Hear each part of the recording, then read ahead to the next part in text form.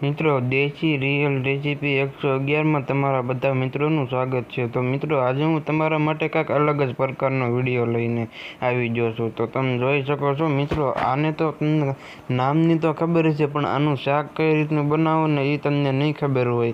તો આવો હું તમને વિડીયોમાં બધું બતાવું, પણ તમે સૌથી પહેલાં વિડીયોમાં નવા હોય ને તો વિડીયોને લાઇક કરીને અમારી ચેનલને સબસ્ક્રાઈબ કરી લેજો દેશી રિયલ રેસીપી 111માં। તો મિત્રો આવી રીતનો દેશી વસ્તુ છે અને દેશી સોલાનો ટેસ્ટ મિત્રો કાંઈ ન ઘટે એવો હું તમને આપીશ। અને મિત્રો મેં તો ખાધું હતું, કાંઈ ન ઘટે એવું બન્યું હતું। તમે તમારા ઘરે એકવાર જરૂરથી આવી રીતનું ટ્રાય કરજો। મિત્રો આપણે રસાવાળું શાક નહોતું બનાવ્યું, પણ કોરું મોરું શાક બનાવ્યું હતું। મિત્રો તમે જરૂરથી ઘરે આવી રીતનું બનાવજો, ને તમને ન આવડતું હોય તો પણ હું તમને શીખવાડું। તો મિત્રો જાજી વાર નથી લગાડતો, આવો વિડીયો શરૂ કરવી। તો મિત્રો આનું નામ છે કંકોડા। તમને ન હોય તો ખબર હોય તો હું તમને કહી દઉં। અને ખાસ કરીને મિત્રો આ અત્યારે ચોમાસાની સિઝનમાં થાય છે।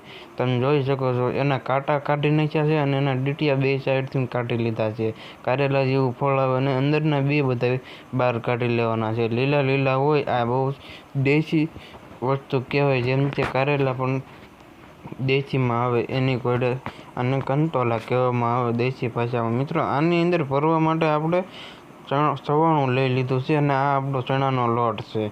સૌથી પહેલાં ચાલજામાં મસાલો બનાવીશું, એની અંદર આપણે ચણાનો લોટ નાખીને પછી સવાણું નાખી દેવાનું। ત્યાર પછી મીઠું, હળદર, ધાણા જીરું પાવડર અને વઘાણ નાખી દેવાની।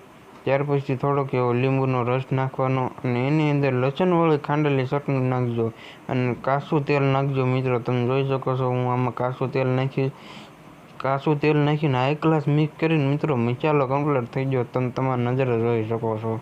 પછી આવી રીતના હાઈ ક્લાસ ધીમે ધીમે ભરીને બહુ પ્રેસ નહીં દેવાનો, પછી બધા ભરાઈ જાય એટલે હવે આનો આપણે વઘાર કરવાનો છે। મિત્રો ખાસ હવે વિડીયોમાં ધ્યાન આપજો। તમે જોઈ શકો છો વઘાર હાવ સાદો અને સિમ્પલ કરું છું।